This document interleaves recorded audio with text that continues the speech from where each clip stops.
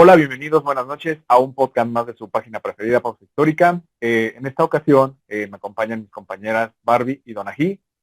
Vamos a hablar, vamos a continuar hablando sobre el tema de la independencia de México. En esta ocasión vamos a enfocarnos en otros personajes que son muy importantes o que tienen un papel muy importante dentro de la independencia de México, pero que realmente a veces lo damos o entendemos que ya conocemos todo sobre ellos, pero que tienen mucho más participación de lo que realmente hemos creído.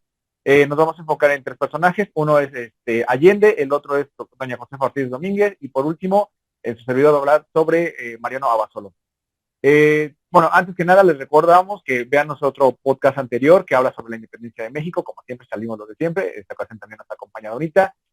También que vean nuestros demás podcasts y también tenemos un juego interactivo sobre la independencia de México que también está en nuestra página y nos gustaría que lo jugaran bastante y nos dieran su opinión. Y bueno, Barbie, no sé qué nos puedas comentar sobre tu personaje, Josefa Ortiz de Domínguez. Bueno, saludos a todos los que estén viendo esta transmisión. Como bien dijiste, tenemos un podcast anterior sobre el grito de la independencia y posteriormente a este podcast vamos a estar hablando sobre otros personajes y también sobre la consumación de la independencia.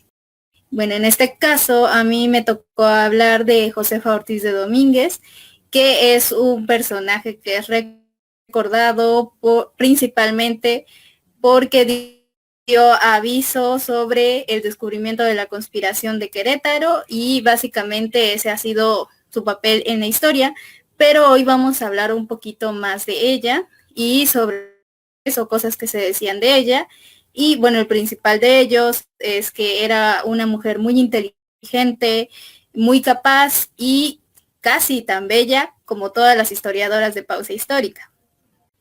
Entonces, esta corregidora, la llamaban así porque hacía muchas obras de beneficencia, pero el corregidor obviamente era su esposo Miguel Domínguez, y a ella por extensión le llamaban la corregidora, pero influenciada por haber estudiado en el colegio de San Ignacio de Loyola, comúnmente conocido como el Colegio de las Vizcaínas, pues tiende a hacer estas obras caritativas y a tener este pensamiento un poquito más libre y a tratar de ayudar a sus congéneres, porque además ella es hija de un español y de una mulata. Sufre a lo largo de su vida algunas discriminaciones y entiende muy bien a sus pares, y por lo cual va a tratar de aprovechar este movimiento que sucede en España en 1808.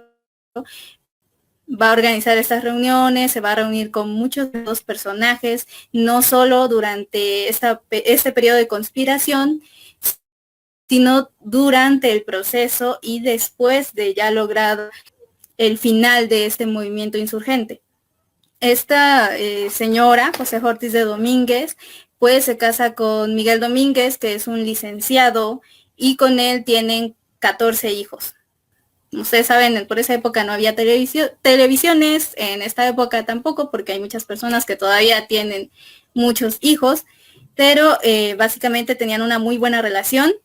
Miguel Domínguez permitía que Josefa Ortiz de Domínguez realizara estas distintas reuniones, aunque él no se inmiscuía directamente, pero tenía el conocimiento perfectamente de lo que estaba haciendo Josefa Ortiz de Domínguez. Al enterarse de la conspiración, cuando ya le ordenan a Miguel de Domínguez que arreste a todos estos personajes, ella decide que va a avisarles, pero Miguel de Domínguez pues la encierra. Ocurre este hecho recordado en la historia, donde ella envía a alguien a avisarle, mensaje que le llega a Juan Aldama, y Juan Aldama se lo pasa a Allende junto con el mozo que había enviado Josefa Ortiz de Domínguez.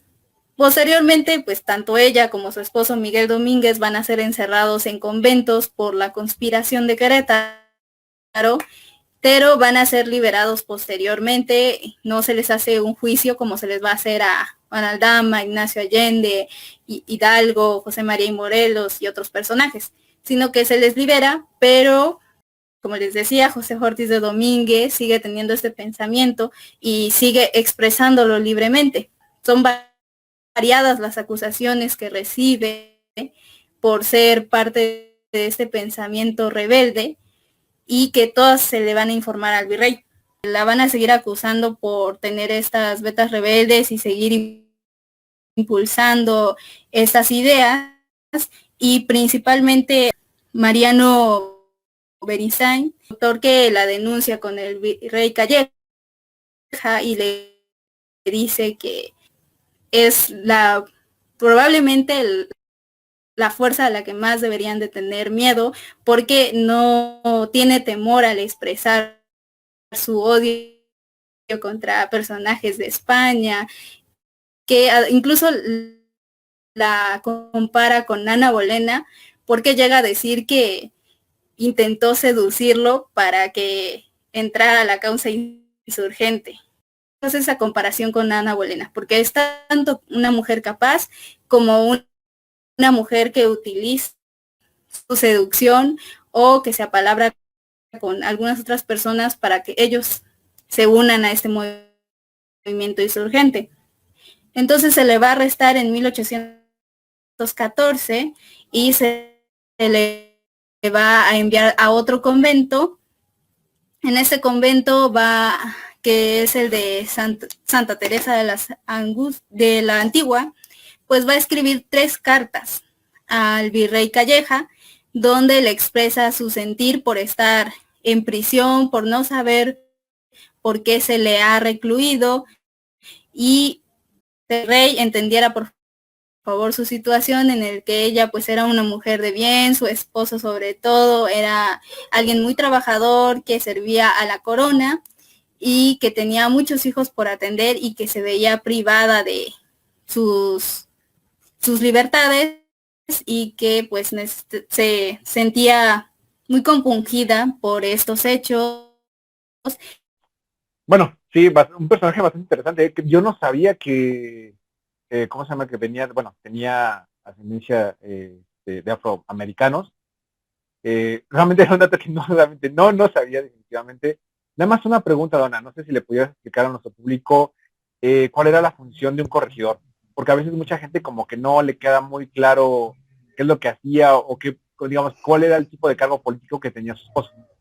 Bueno, para el corregidor es lo que actualmente llamamos como bueno, no alcalde, pero es el que se encarga de hacer, por ejemplo, las reglas, el que se encarga, por ejemplo, ¿estás perdonado o no? Como una especie de juez, por así decirlo, dentro de esa parte. Y para lo corregidor de aquella época, el esposo de Josefa, se suponía que lo eligieron porque era un señor como muy derecho, no tenía como manchas en el expediente, tenía religiosamente 14 hijos, le daba ciertas libertades a su esposa, era católico, pagaba sus impuestos de aquella época. El corregidor realmente se trataba del que ponía como el orden y tenían como ese cargo de ver que todo marchara bien en la ciudad. Era como una especie de alcalde con con un tipo de ocupación juez, como, ¿cómo te lo pongo? Como oficial. Aquí, por ejemplo, yo lo vengo más que nada, aquí en el pueblo donde yo vivo hay algo llamado juez de paz en la Junta Auxiliar. El juez de paz es algo similar a lo que ahorita a lo que era el corregidor. Él puede tomar cartas en el asunto de que tiene poder de hacer cosas legales, por ejemplo, hacer aclaraciones de un acta, hacer legal algo que piden, por ejemplo, que se revise el testamento de tal persona, tiene el poder de hacer un tipo de contratos, ese tipo de cosas que ahorita llamamos juez de paz, podría decirse que era el corregidor, pero a nivel como de estado, porque era de Querétaro, no era solamente del pueblo en el que estaba. Ok, mira que eso también no lo tenía muy claro. Hay quien tenga la oportunidad de visitar la tumba de la corregidora, es muy, muy bonita en Querétaro. Tiene una vista muy hermosa de la ciudad de Querétaro. Fíjate no sé, que es de... Barbie, perdón, ahorita no sé, Barbie, si nos quieras decir algo. Pues hay que recordar que en ese tiempo la Nueva España tenía esta figura del alcalde, que fue precisamente el alcalde Juan Ochoa, el que los va a arrestar, seguir investigando sobre la conspiración. Entonces sí, como dice Donna, el corregidor tenía muchas gente que en la Nueva España tenían separado el alcalde del corregidor, pues era, yo creo que como más más cercana a la figura del corregidor y tal vez era más como más alcalde que el mismo alcalde. Y bueno, en esta ocasión también Miguel Domínguez, se encargaba también de informar acerca de la economía de la provincia de Querétaro. Y pues fue precisamente por eso, porque también estaba en oposición a las reglas de los vales reales, que se le destituyó de su cargo, pero posteriormente pues fue otra vez nombrado como corregidor en 1808, entonces tenía poquito tiempo de haber sido restituido. Cuando ya le descubrieron las conspiraciones, pues ya él dijo que como que se liberaba tantito de eso y prometía dar su servicio a la corona sin percibir un sueldo. Entonces eso sí ya fue un poquito más difícil, porque entonces en sus cartas también habla mucho Josefa Ortiz de Domínguez, que está preocupada tanto por sus hijos como por su esposo, que está enfermo, que no se le ha brindado pues el apoyo que merecía por haber servido tantos años al rey y por ser un hombre honesto. Apela en nombre de todas estas cosas al virrey, pero pues no le van a hacer caso. Ella va a ser mantenida en prisión hasta que la libera otro virrey, que es Ruiz de Apodaca, que trataba de pacificar a la Nueva España con los indultos, y pues José Ortiz de Domínguez no acepta indulto. Ok, muchas gracias, Bárbara. Donna, ¿nos puedes hablar de tu personaje, Ignacio Allende? Personaje importante, bueno, realmente era el cerebro militar de toda la operación de la independencia de México. Fue de los pocos que cabezaron debido a una basura. Y ¿por qué realmente él no dirigió el movimiento de independencia y por qué se lo dejaron a Miguel Hidalgo, ¿no? Cuando realmente era el que tomaba las decisiones más importantes en cuestiones de enfrentamientos militares, y era el que tenía más experiencia y tenía mayores conexiones con todos los demás regimientos y aquellos que eran insurgentes, pero que habían tenido formación militar y hasta académica. No sé qué nos decir sobre... Pues, gracias, Polo. Lo que comentabas hace poco, ahorita es de Ignacio Allende. Ignacio Allende tiene un nombre enorme: Ignacio José de Jesús María Pedro de Allende y Gonzaga. Ignacio Allende lo que tiene es que, como lo que comentas, es un personaje que siempre lo vemos en sus pinturas como con su gorrito que era como más adaptado francés. Era militar y era el que se encargaba más que nada de los enfrentamientos militares. La victoria en el Monte de las Cruces dicen que se debe a la estrategia de Allende. Parte de la Alhóndiga de Granaditas, la toma, dicen que también fue formulada por Allende, aunque no pensaba que se iban a exceder a entrar y masacrar a la gente de adentro. Miguel Allende, nace en San Miguel el Grande, hoy en día San Miguel de Allende, en honor a Ignacio Allende. Es un chico como de familia, no aristócrata, perdón por la palabra, sino que es una familia alta, en aquella época criollo. Es un personaje que se adentra más que nada en las cosas militares. Todo lo que era de los militares le encanta a él. Tiene 3 hijos de fuera del matrimonio, o sea, lo tuvo una relación no oficial con una señora llamada Antonia Herrera, entre que nacen sus hijos Indalecio, que es uno importante porque va a participar con él en la independencia, José Guadalupe y Juana María. Pero después pues se casa con María de la Luz Agustina de las Fuentes, la cual fallece 6 meses después. De Allende se habla entre rumores que era un personaje mujeriego. Dicen que llegó a coquetear con una de las hijas de Josefa Ortiz, no sé cuál de las 14 honestamente, pero incluso que llegó a tener cierto como una aventura con Josefa Ortiz. Y dicen que por eso es que el corregidor como que no le agradaba que Allende estuviera en las reuniones que tenían en Querétaro. Lo que pasa con Allende es que participó en las 2 conspiraciones que hubo. La conspiración de Valladolid en 1809. Él salió de voladita antes de que lo capturaran. No lograron identificarlo porque dio un nombre falso. Y luego en la conspiración de Querétaro, que es la que pues ahorita dio inicio a la independencia. Allende al principio pidió que Hidalgo fuera la cabecilla de la independencia porque era popular. A diferencia de él, Hidalgo era como más de la gente. Era una persona que podía mover masas, era el cura, era quien la gente iba más por si tenía problemas. Así que Allende sabía que él como militar, en aquella época era capitán de los granaderos de la reina, sabía que no tenía como el poder, o se vería bastante dictatorial pedir que la gente usara las armas en contra del gobierno. Y ahorita en este caso pide a el cura Hidalgo que empezara todo esto, cuando en realidad el que tenía las ideas más de liberar al pueblo era Allende. Como que la mente era Allende y el que hacía las cosas era Hidalgo. Hidalgo y Allende empiezan a tener varios choques a partir de la toma de la Alhóndiga de Granaditas. A Allende le molestaba que las fuerzas de Hidalgo fueran desorganizadas, masacraran europeos o criollos, porque él se identificaba con ellos. Llegó a intentar envenenar a Hidalgo. Allende, cuando le pide a Hidalgo que deje el mando, intenta envenenarlo, no lo logra porque pues dentro de las tropas la mayoría era el pueblo que era fiel a Hidalgo. Cuando Hidalgo se autonombra Alteza Serenísima, Allende dice hasta aquí cortamos, se dirige a Guadalajara, tiene una derrota con Calleja, se regresa para encontrar a Hidalgo, le pide que tomen la capital, Hidalgo dice que no, siguen todo, sucede pues lo que ya sabemos, que pues pierden en la puente de Calderón, se dirigen a la catita de Baján, son apresados y fueron traicionados por un hombre de Allende, Ignacio Elizondo.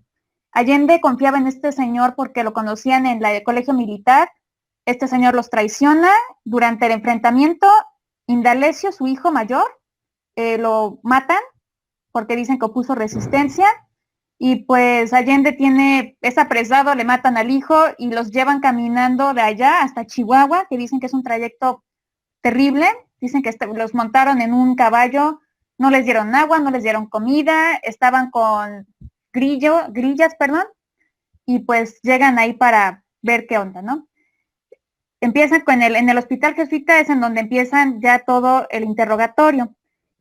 ¿Qué sucede en el interrogatorio de Allende? Pues Allende lo que sucede es que él dice tener 40 años, pero pues las escrituras dicen que nació en 1769, así que tenía 42. Pero pues ya sabes, ahí la gente no sabía en qué año nacía, pero los documentos dicen 69 y él dice que 40. Se bajó 2 años, ¿no? Allende siempre queriendo verse más joven.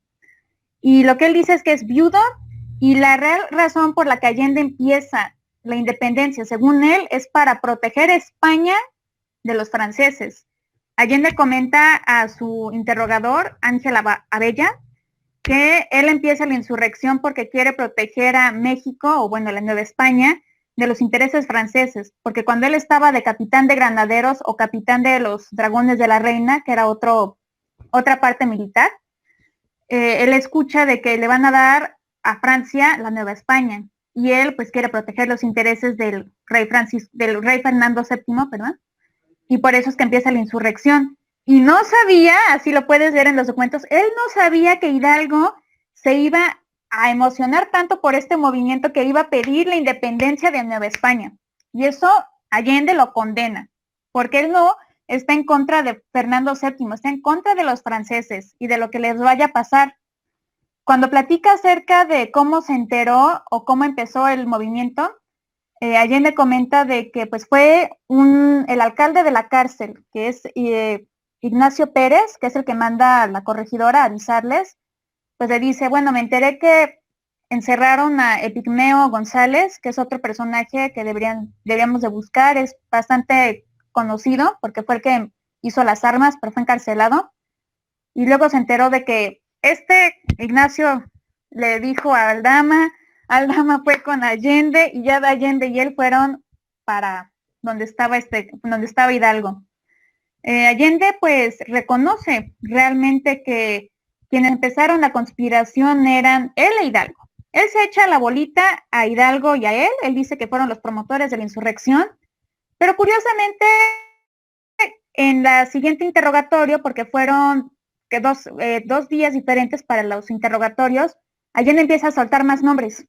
Y en uno de esos, pues dice, bueno, fue Juan Aldama. Y resulta que los Aldama eran muy amigos de Allende durante su estancia en el colegio militar, pero nunca de los nunca menciona ni a la corregidora, ni al corregidor. Todo lo que tenga que ver con el Querétaro no los menciona. Ni siquiera a Mariano Abasolo. Solo menciona a los Aldama, a Hidalgo y a él. Y luego lo ¿qué será? No lo feo, pero lo feo es que, lo no romántico de acá es que Allende empieza a decir que ya le molestaba cómo se sentía Hidalgo, cómo Hidalgo se sentía como el máximo cuando no tenía nada militar. Y es ahí donde de Allende dice, no, la verdad, pues, así te lo pongo a grosso modo dice, pues, Hidalgo está bien loquillo, quiere la independencia, no le interesamos nosotros, solo saquea, mata, y yo la neta, pues siendo militar, yo hubiera hecho algo más tranquilo, le hubiera pedido ayuda al virrey para apoyar a España. Y al final, ¿qué resulta? Pues aquí es en donde lo que yo le comento al público, tristemente, los héroes de la independencia no fueron aguerridos por el movimiento. Cada uno quiso salvar su pellejo como lo quiso salvar. Y mientras que Allende decía, sí fui yo e Hidalgo los que iniciamos, Allende pide por su vida. Así, literal, dice, perdónenme la vida, porque la verdad, yo soy un militar, soy bastante noble. Me pude haber, pues, huido a la hacienda de San Lorenzo, que era como una de sus fincas, y no lo hice. ¿Y saben por qué no lo hice? Porque yo creo que merezco el indulto. Así de chido soy, así de bien soy. Y digamos que pues obviamente el interrogador dice, sí, pero mijito, hiciste todo esto de la independencia y crees ser merecedor del indulto. Y Allende casi como de, sí, carnal, sí, soy bastante, pues tengo experiencia, me nombraron tanto, comando, mira toda la influencia que tengo en el movimiento de la insurrección. Y Allende casi les pone la oferta, ¿no? La oferta de, si me perdonan la vida, yo puedo hacer que la insurrección por la independencia se acabe. Puedo mandarme a España, puedo cabalgar un ejército para salvar a Fernando VII y verán que mi honor de militar queda restaurado y esto de la insurrección queda olvidado. Así de plano, así como, y digamos que pues obviamente ya sabemos cómo acaba todo, ¿no? Como el interrogatorio le dice, ¿sabes qué? No va a pasar, papacito, ya está siendo condenado por insurrección, insubordinación, y pues pasa a ser fusilado. Allende es fusilado el 26 de junio, y pues ya sabemos que pues le cortan la cabeza, su cabeza fue puesta en la Lóndiga de Granaditas, y hasta 1821, que se consuma la independencia, es Anastasio Bustamante, en aquella época general de uno de los ejércitos que se tenía ahí, quien quita finalmente la cabeza de Allende y pues la manda a enterrar a, digamos, a un panteón, no X, pero uno de la Ciudad de México. Y ya finalmente sabemos que pues ya para la época del centenario llegan los huesos y todo para la columna de la independencia. Aquí de Allende, lo que acabas de comentar, Allende es un personaje, pues es bastante valeroso, es una persona que sabe lo que quiere, pero se te cae el mundo al saber de que él no se puso a favor de la independencia. Él quiso que todo lo que dijeran en contra de él, todo lo que fuera de alta traición, lo bajoneó. Como que dijo, no hice la independencia, tal. Y todo lo feo lo representaba Hidalgo. Eso es como que ahí se te cae todo, porque al final, pues, todas estas pinturas donde Allende sale con la espada para decir, vamos a, pues, elevarnos y sublevarnos contra el yugo español, es decir, no, el Allende nada más, cuando vio que no funcionó, que le mataron al hijo y que estaba ahí, Allende intentó decir, no, voy a terminar todo y tal, o sea, al final, ¿fue una farsa? ¿Fueron muy idealistas? ¿O qué pasó ahí? O realmente, no sé, no, dicen y no dicen que los torturan. Así que yo no puedo decirte que al estilo inglés los torturaron hasta de decir, no sabes qué, mejor ya hasta aquí. Pero pues ahí lo dejamos a la pregunta o la cuestión del público. No, pues está muy bueno el chisme entre doña Josefa Ortiz de Domínguez y Allende, Ignacio Allende. Como dices, ¿no? O sea, desgraciadamente en la historia oficializada de México nos han representado a muchos personajes de la independencia de México como los héroes arquetípicos, ¿no? De muy valerosos, valientes, que dieron así su vida por la causa, por sus ideales, por la libertad, por la independencia de México, ¿no? Cuando en realidad, como dices, ¿no? Ignacio Allende, pues realmente dijo que él luchaba más por Fernando VII. El propio Miguel Hidalgo, ¿no? O sea, nos ha venido la idea de que él declaró la independencia de México cuando él mismo en sus, digamos, gritos de lucha dice que viva Fernando VII, ¿no? O sea, que den muerte a los mexicines. ¿Por qué también lo menciono esta parte, ¿no? En mi caso me toca hablar sobre Mariano Abasolo. Él en su declaración menciona que uno de los motivos y el gran traidor, bueno, sí, de hecho el gran traidor de la independencia, o así lo ponen, uno de los motivos que también, corta que mencionaste a Ignacio Allende, que él realmente lo que estaba buscando es de que Francia no viniera a gobernar la Nueva España. También Mariano Abasolo menciona que uno de los motivos de Miguel Hidalgo, que era que su miedo era que gente de España, de Francia, viniera a gobernar México, porque los virreyes y todo el sistema político de la Nueva España era igual de corrupto que los franceses. Entonces, lo que ellos estaban evitando es de que se fueran a perder como que esa conexión entre España y México, ¿no? Entonces, eso era el motivo principal. Pero bueno, como dices, es la idea artística que nos han vendido. Y en mi caso, bueno, Mariano Abasolo. ¿Quién es Mariano Abasolo?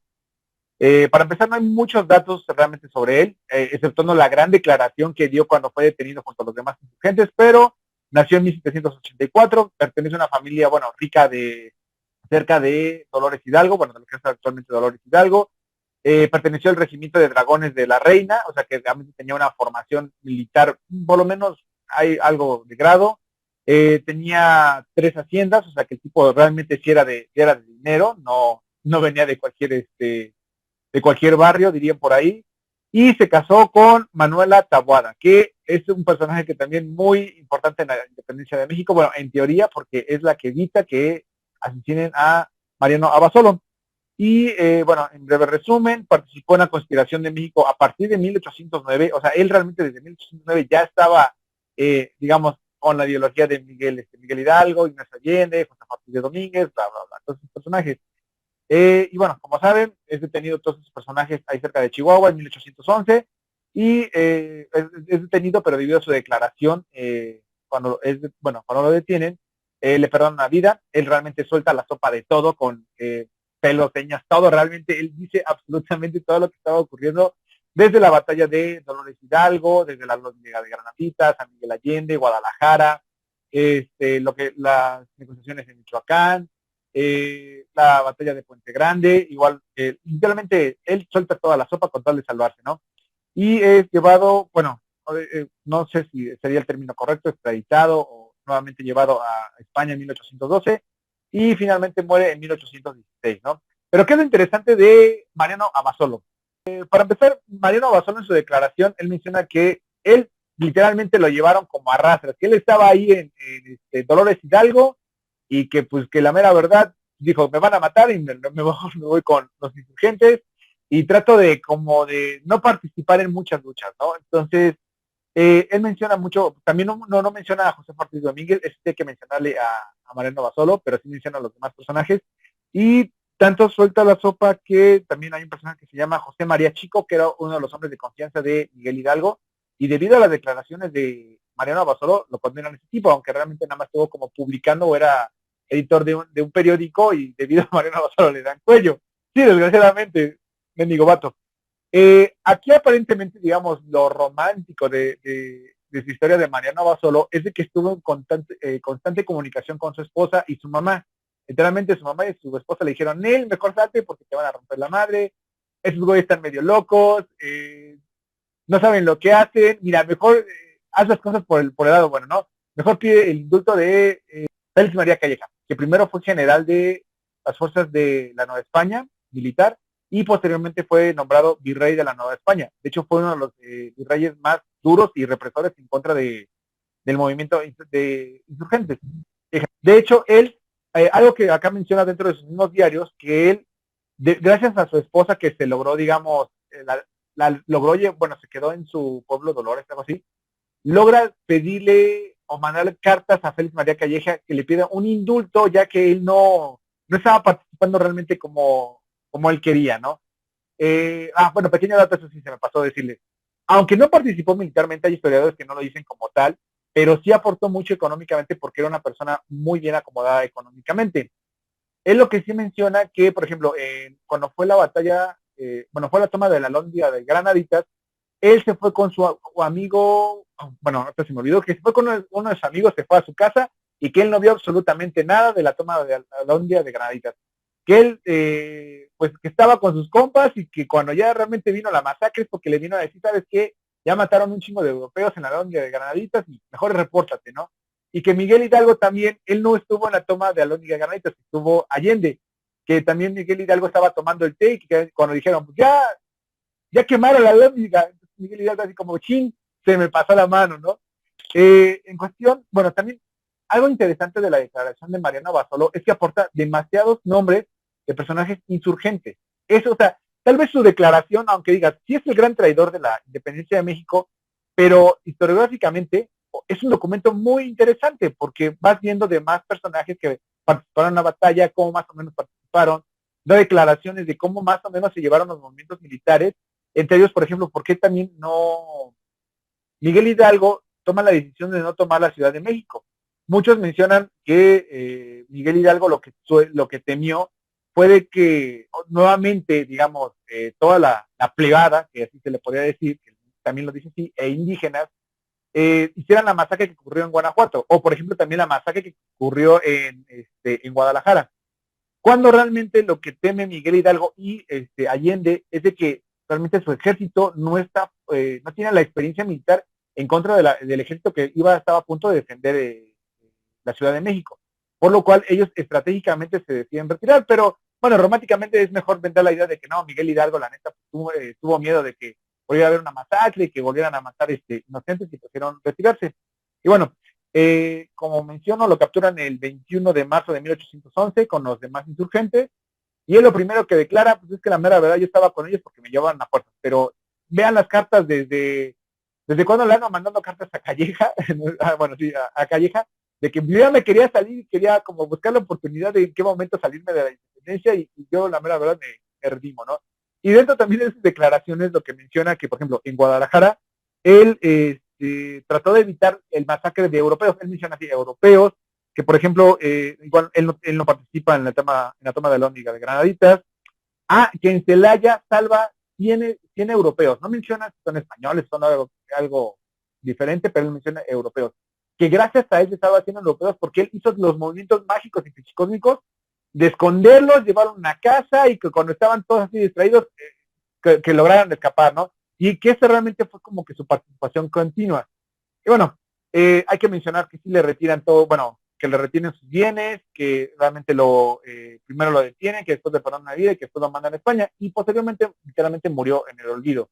Digo, Mariano Basolo sí es un personaje que, digo, se puede tomar como el gran traidor de la independencia de México, pero bueno, como documento histórico su declaración es muy, muy, muy interesante, ¿no? Porque él sí detalla perfectamente cómo se fue dando la batalla, a diferencia, digamos, de Allende, Miguel Hidalgo, o otros personajes que participaron, que como dicen, no, es que la neta yo no, él dice, no, sí, hicimos este movimiento militar, hicimos este otro movimiento militar, la regaron ahí, y por ejemplo en el de Puente Grande dice, yo la mera verdad huí, porque yo sabía que no estaba, bueno, no era buena la batalla de Puente, ¿cómo se llama? No es de Puente Grande, se me olvidó.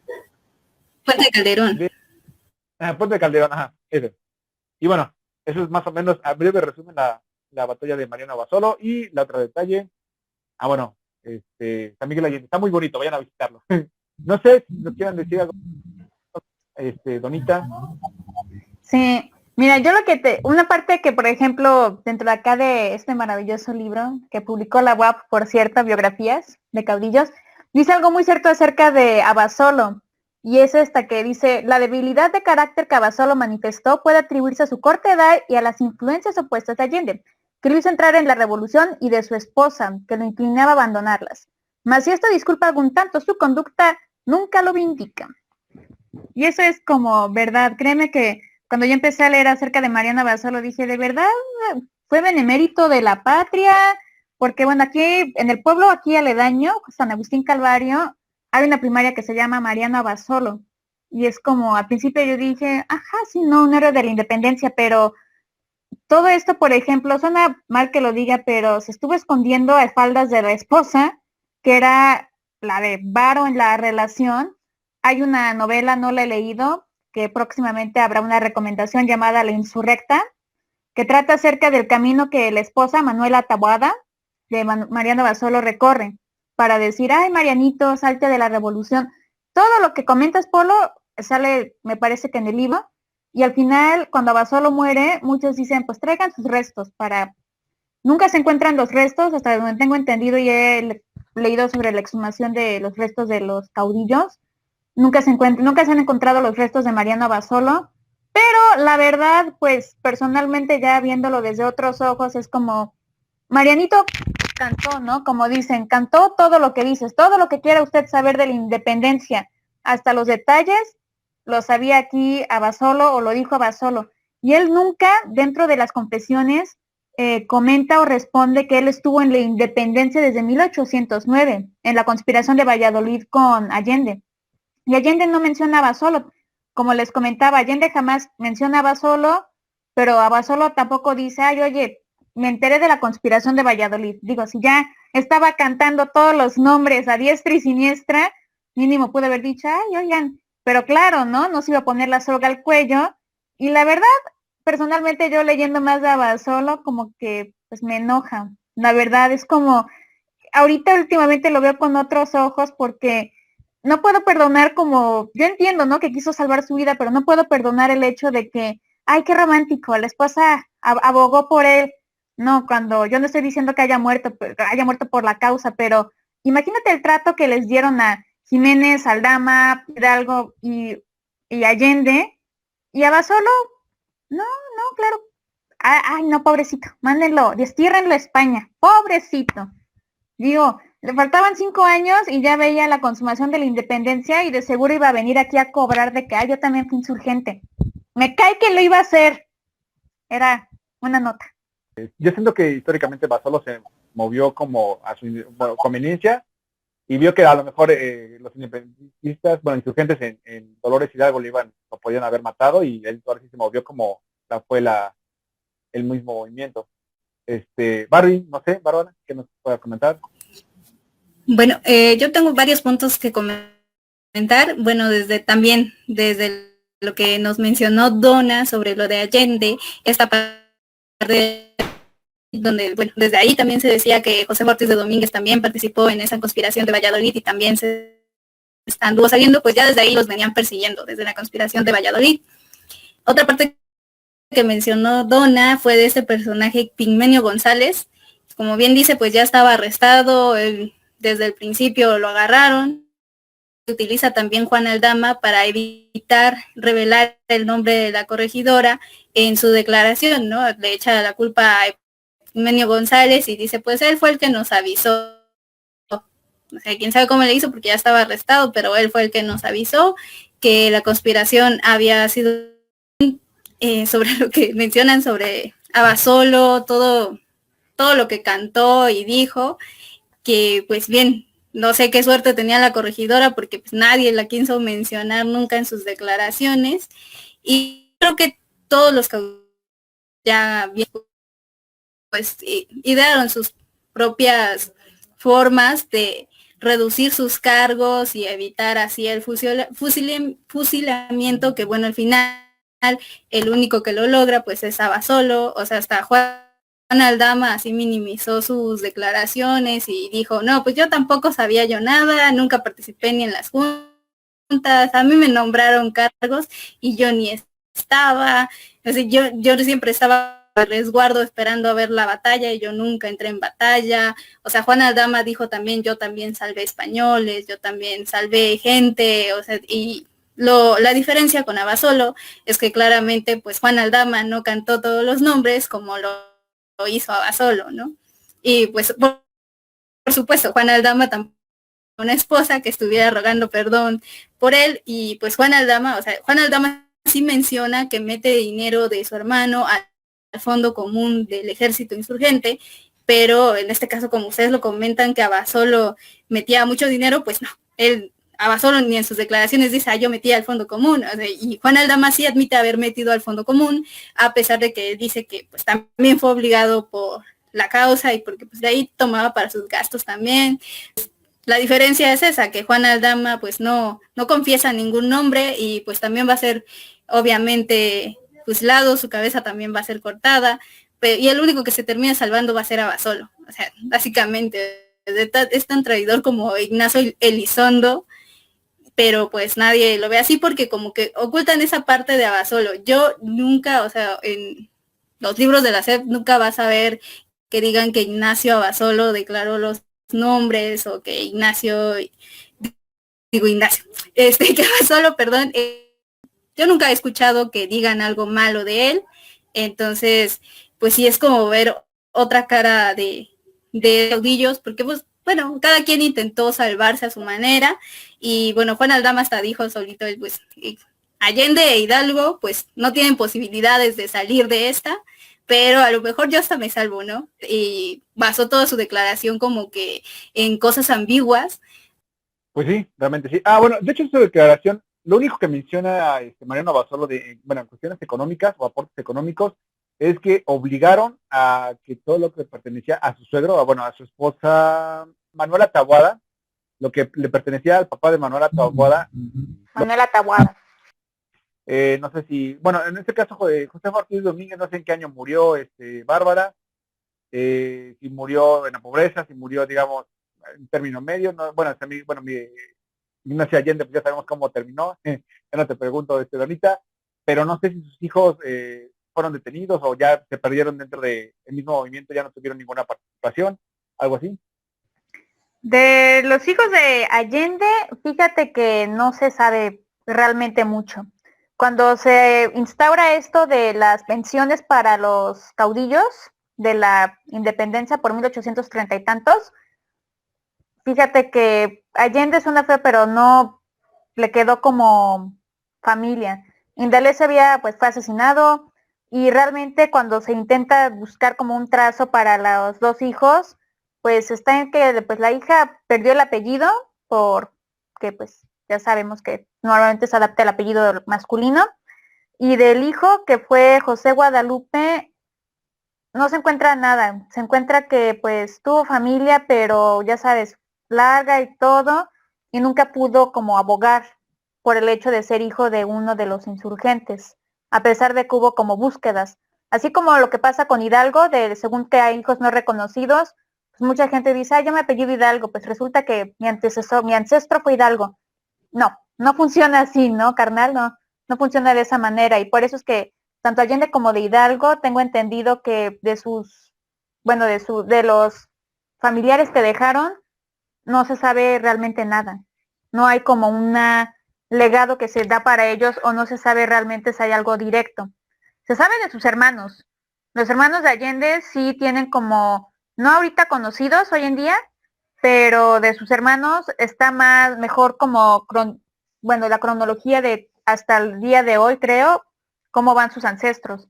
Pero de Allende, directamente Ignacio Allende, no. Y bueno, Bárbara, no sé qué nos puedas comentar sobre José Ortiz Domínguez, qué pasó con ella, si ya tuvo alguna participación en la independencia o simplemente el personaje se perdió a través del tiempo. No, pues como les decía, José Ortiz de Domínguez siguió estando activa. Ya después de que le fue concedido el indulto a fuerzas, como les decía, ya no aceptó nunca el indulto, y Luis Apodaca se lo dio y le dio arresto domiciliario. Ya después de lograr de la entrada al ejército trigarante, de firmados los tratados de Córdoba, pues ya Josefa sigue organizando estas reuniones en su casa, estas tertulias, y sigue teniendo contacto con varias personas que tienen todavía estas ideas liberales y que están claramente en contra de lo que va a ser el imperio establecido por Agustín de Iturbide.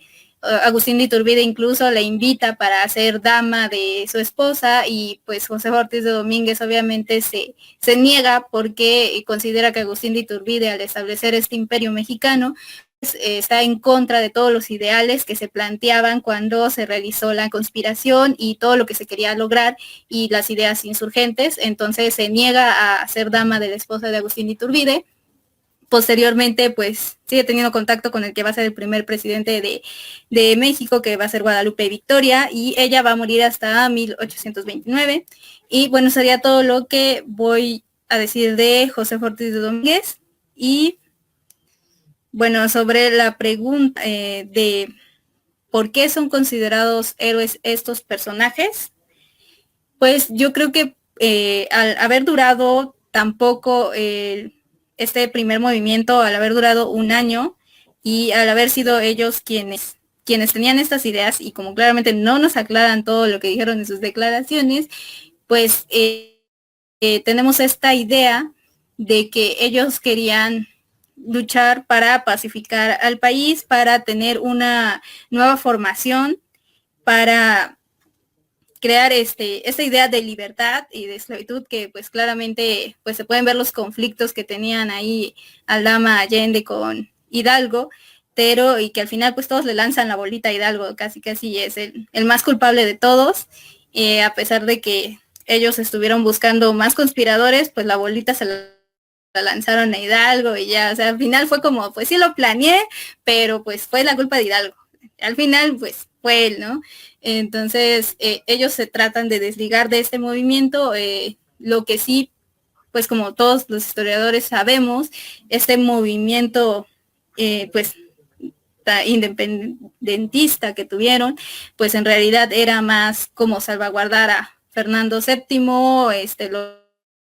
lograr mejores condiciones para los criollos, tenían otros puntos que tal vez con el tiempo pues nos romantizaron y dijeron pues van a ser las figuras, van a ser los héroes, tuvieron poco tiempo, no hemos hecho una gran revisión de ellos, y como ya habíamos comentado en el podcast del Grito de la Independencia, pues es más fácil saltar estas figuras que la de Agustín de Iturbide, que pues por ahí sale embarrado también Vicente Guerrero, porque nos lo borran y dicen, pues ya Agustín de Iturbide fue el malo, y nos borran tantito los tratados de Córdoba, lo que comentaba Polo, que por alguna razón se les olvida el nombre del virrey O'Donoghue, que no saben nada de esta etapa, o sea, como que enaltecen tanto el principio que dejamos de ver el final, dejamos de ver que después fue un imperio, que esta independencia de México, pues no fue así de tan fácil, o sea, no fue que ya terminó la guerra y ya es México independiente, pues no,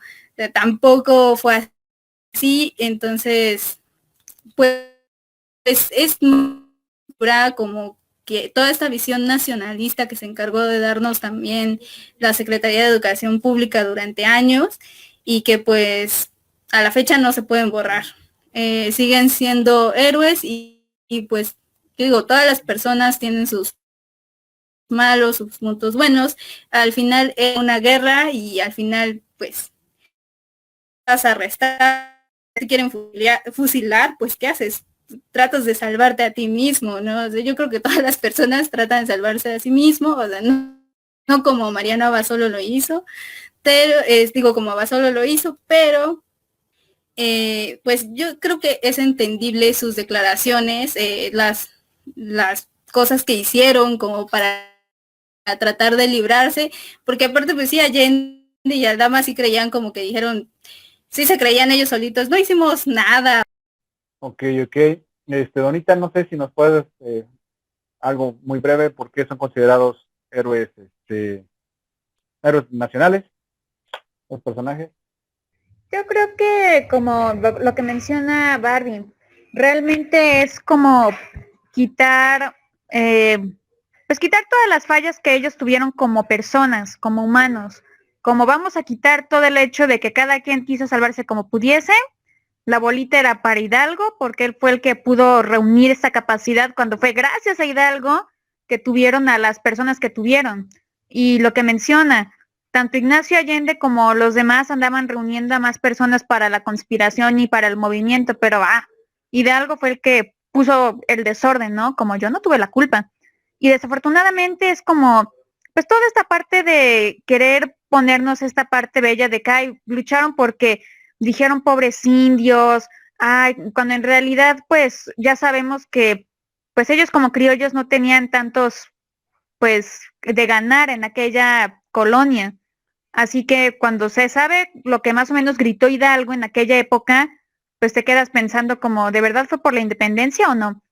Y ahorita gracias a las redes sociales, cómo uno puede opinar y demás, pues finalmente andamos cuestionando la figura de quién fue Hidalgo, incluso en otros momentos puedes encontrar a otros personajes de Nueva España que empezaron con la idea de querer independizar Nueva España antes de Hidalgo, y que ellos eran como los promotores de esta idea. Y sin embargo, pues Hidalgo y Allende, junto con los demás, quedan como los promotores. Y por ejemplo, la corregidora, por ejemplo, está en el hecho de que pues es de las mujeres que gritamos un nombre, cuando desafortunadamente quita a las que, pues en aquella época, ahorita diríamos las Adelitas, ¿no? Pero ahorita son como las mujeres que también se empeñaron en poner, en luchar, en todo. Y a diferencia de Abasolo, pues sí fueron algunas fusiladas, como Gertrudis Bocanegra, otras que también usaron sus encantos, como la Güera Rodríguez, a favor de la independencia, sabían cómo moverse. Y ahorita son considerados como héroes, porque necesitamos una figura de cómo México se independizó. Ay, pues mira, fíjate que empezó con el grito de Dolores, que y realmente, pues, desde pequeño dices, bueno, Miguel Hidalgo, padre de la independencia, el cura que tal, así, y toda esa parte. Pero cuando creces o cuando estudias historia, te das cuenta de todo lo bonito y lo feo. No estoy diciendo de que a fuerza tiene que quedar mal, pero te quedas preguntando si son realmente héroes, sino que fueron personas, obviamente como en historia decimos, que no podemos discutir porque en su época lucharon por ciertos intereses y ahorita lo estamos viendo con otro tipo de lentes. Pero yo no creo que, sí son, no sé si sean como, no, la palabra héroe, no sé, va más por el hecho de que están luchando por algo que nos está quitando, ¿no? Como la Segunda Guerra Mundial, luchando contra los malos que son los nazis, cuando en realidad ellos luchaban porque pues, Nueva España va a ser dada a los franceses y ya, nos quedaremos siendo franceses, uy, qué miedo, ¿no? Como, qué horror. Cuando en realidad pudo haber sido como, yo creo que el verdadero, como entre comillas, héroe, el que realmente se dio cuenta de todo, pues fue Vicente Guerrero, porque él era afromexicano, le tocó nacer en una cuna muy humilde, se decía que al principio no sabía ni leer ni escribir, y pues al final dicen que fue fusilado dentro de las tantas cosas que se le culparon, que era negro, ¿no? Como un presidente negro. ¿Cuándo en la vida tenemos el segundo presidente mexicano negro? Así que eso vamos a verlo en otro podcast, pero yo creo que tanto Iturbide como Guerrero sí lucharon porque había diferencias como la esclavitud en México, a diferencia de Hidalgo y Allende, que era como, ay no, Napoleón Bonaparte nos va a conquistar, uy no, horrible, primero español que francés, así lo veo. Ok, bueno, creo que ya habló bastante. Yo no voy a decir absolutamente nada de Mariano Basolo, ya sabemos que es pues es como el traidor de la patria. Bien lo dijo el buen Lucas Alamán, también historiador. Realmente, también traidor, él fue de los que traicionó a Guerrero, maldito Lucas Alamán, donde sea que esté, ¿verdad? Perdón. Bueno, sí es un personaje significante, pero bueno, yo creo que hasta aquí damos por terminado este podcast, mencionando a nuestro público, a las personas que nos siguen, a que les guste todo lo que estamos publicando en nuestro contenido, que lean nuestros artículos en el blog de Colectivo Pausa Histórica, si no me equivoco, que escuchen nuestros demás podcasts en Spotify y en YouTube, que vean nuestras demás publicaciones en nuestra página de Facebook, Twitter e Instagram, y efemérides y lo demás que tratamos de publicar para tratar de dar a conocer lo interesante que puede ser la historia, aunque tal vez un poco de una forma más entretenida. Si tenemos fallos, disculpen, estamos aprendiendo a la marcha, pero estamos tratando de mejorar cada día. Bueno, yo creo que hasta aquí terminamos. Adiós Barbie, adiós Donna, hasta el próximo podcast de Pausa Histórica.